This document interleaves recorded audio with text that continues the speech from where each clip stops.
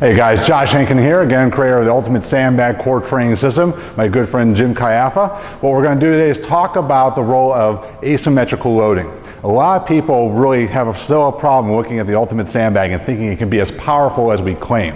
The beauty of it is the versatility of the Ultimate Sandbag. And that's why in 2012 we're going to be speaking a lot more, not just about sandbag training, but dynamic variable resistance training. When we look at things like barbells and dumbbells and stuff, you can do some of these things very mildly. And one of the big things that we're going to be talking about is asymmetrical loading. So a lot of people go, why do I need to do asymmetrical loading and what is it?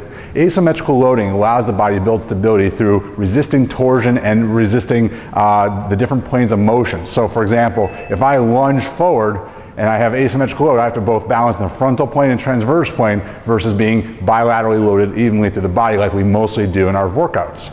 Dr. Stuart McGill, one of the leading specialists in back prevention and performance, has said that this is one of the key things that both athletes and people need to do to be healthy and to perform at a higher level. So let's get into it. So what we're going to do is when we're introducing asymmetrical loading, you always want to start from a position of stable and then move to unstable. So Jim's going to demonstrate basically a suitcase deadlift.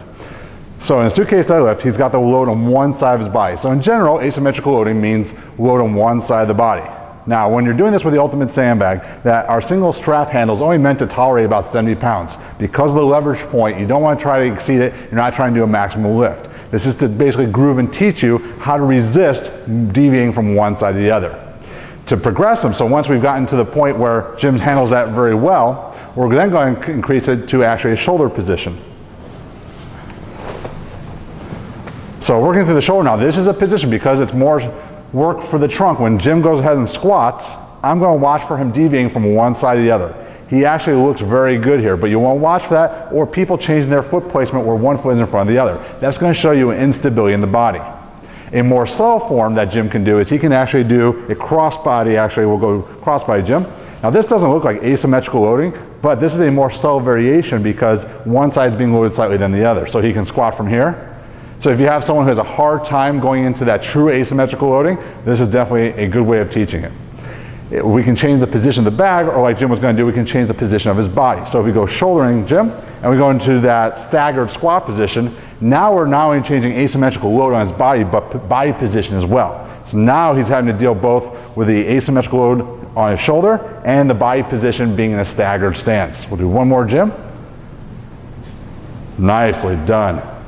So actually having to load in those different postures and positions is really challenging. You need to watch people as they fatigue. However, asymmetrical loading doesn't necessarily only mean holding on one side of the body. In our rotational patterns that we do with the Ultimate Sandbag, you're also getting asymmetrical loading because the weight's starting on one side of the body. So you want to show some rotational deadlifts?